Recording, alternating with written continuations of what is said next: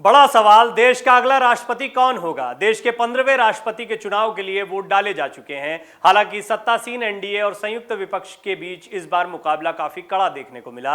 नतीजे गुरुवार यानी 21 जुलाई को आएंगे और इसके बाद पता चल जाएगा कि राष्ट्रपति रामनाथ कोविंद की जगह कौन लेगा। राष्ट्रपति पद के लिए सोमवार को हुए मतदान के बाद एनडीए के संख्या बल को देखते हुए आदिवासी नेत्री और झारखंड की पूर्व राज्यपाल द्रौपदी मुर्मू का राष्ट्रपति चुना जाना लगभग तय माना जा रहा है। अगले राष्ट्रपति 25 जुलाई को शपथ लेंगे। एनडीए की ओर से राष्ट्रपति पद की उम्मीदवार एक महिला है, लिहाजा सभी दलों की महिलाओं का रुझान ज्यादातर उन्हीं की ओर है। भाजपा नेता जनक सिंह और जनता दल यूनाइटेड नेता श्रवण कुमार का तर्क था, विपक्ष की सभी महिला विधायकों ने महिला प्रत्याशी के पक्ष में दलीय राजनीति से उठकर मतदान किया है, पर दोनों नेताओं ने कहा यह बात वो अनुभव के आधार पर कह रहे हैं। सच्चाई तो मतदान के दिन ही सामने आएगी। इसी बीच राष्ट्रीय जनता दल नेता ललित यादव ने दावा करते हुए कहा कि महागठबंधन के प्रत्याशी यशवंत सिन्हा की जीत तय है। इसके लिए उनके पास तर्क भी था। उन्होंने कहा, सिन्हा के पक्ष में विधायकों ने क्षेत्रीय और अपनी अंतरात्मा की आवाज पर वोट किया है। फिर मीडिया की ओर देख ललित ने जोर से आवाज लगाई, एनडीए के दावे में दम नहीं, उनका 17 वोट काट लिए हैं। इन दावों के बीच दोनों गठबंधनों के प्रमुख नेताओं के चैम्बर में भी क्रॉस वोटिंग की हकीकत जानने की बेचैनी नजर आई। हालांकि सब अंत में इसी नतीजे पर पहुंचे कि अभी कुछ भी कहना संभव नहीं होगा। आपको बता दें, यशवंत सिन्हा ने हाल ही में कहा था कि इस बार का राष्ट्रपति चुनाव असाधारण हालात में हो रहा है।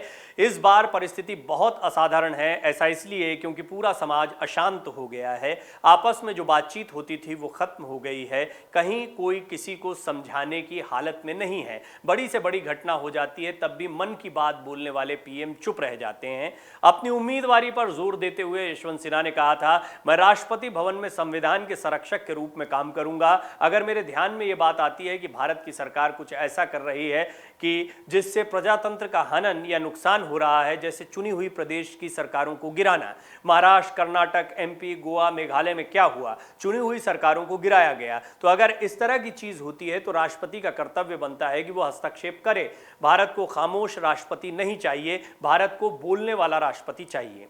गौरतलब है कि एनडीए की उम्मीदवार द्रौपदी मुर्मू का राष्ट्रपति चुना जाना लगभग तय माना जा रहा है। द्रौपदी मुर्मू को एनडीए के अलावा जेडीयू, लोजपा, अकाली दल, बसपा, तेदेपा, वाईएसआर, सीपी, बीजू जनता दल, शिवसेना, झारखंड मुक्ति मोर्चा का समर्थन हासिल है। अगर द्रौपदी मुर्मू राष्ट्रपति बनती हैं तो वो देश की पहली महिला आदिवासी राष्ट्रपति होंगी और दूसरी बार कोई महिला राष्ट्रपति बनेगी।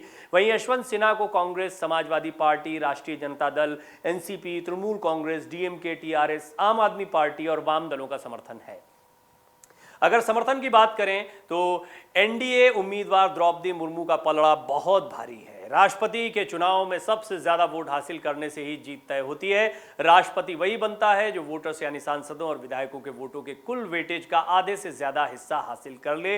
और ऐसी स्थिति में बहरहाल द्रौपदी मुर्मू काफी मजबूत दिखाई दे रही हैं, लेकिन यशवंत सिन्हा हिम्मत नहीं हारते दिखे। चुनाव प्रचार के दौरान उनकी बयानबाजी को भी काफी देखा गया, सुना गया और यशवंत सिन्हा के कई बयानों पर विवाद भी हुआ। बहरहाल राष्ट्रपति के चुनाव में इस तरह की बयानबाजी कम ही देखने को मिलती थी। यशवंत सिन्हा एक तगड़े उम्मीदवार तो दिखाई दे रहे हैं, लेकिन संख्या बल के लिहाज से देखा जाए तो द्रौपदी मुर्मू का पलड़ा काफी भारी दिखाई पड़ रहा है। और इस सब के बीच में एक विधायक का बिहार में यह कहना कि यशवंत सिन्हा जीत रहे हैं, इसने चर्चा को और गर्म कर दिया।